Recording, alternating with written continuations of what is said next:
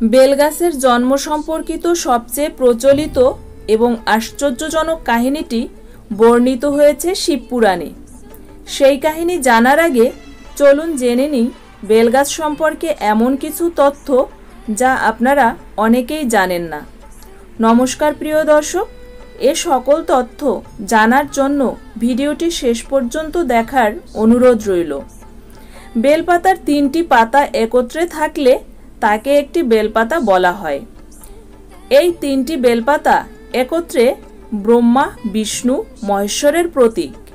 অন্যদিকে বিল্ববৃক্ষের ত্রিফলক পত্রকে নিরাকার পরম ব্রহ্মের ত্রিনয়ন হিসেবে বিবেচিত হয়। আপনারা অনেকেই জানেন আমাদের শাস্ত্রে 3 সংখ্যাটির গুরুত্ব অত্যাধিক। আমাদের গুণ 3টি, তথা সত, রজ আর তম। আমাদের পরম আরাধ্যও 3 জন,